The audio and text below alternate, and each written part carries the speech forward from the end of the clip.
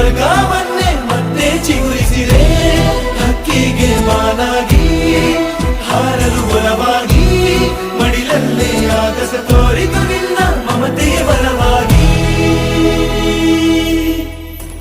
ಸೇರಿದ ಈ ಹೊತ್ತಿಗೆ ಕೈ ಬೆರಳಿನ ತುತ್ತಿಗೆ ಆ ದೇವರಿಗೆ ಶರಣು.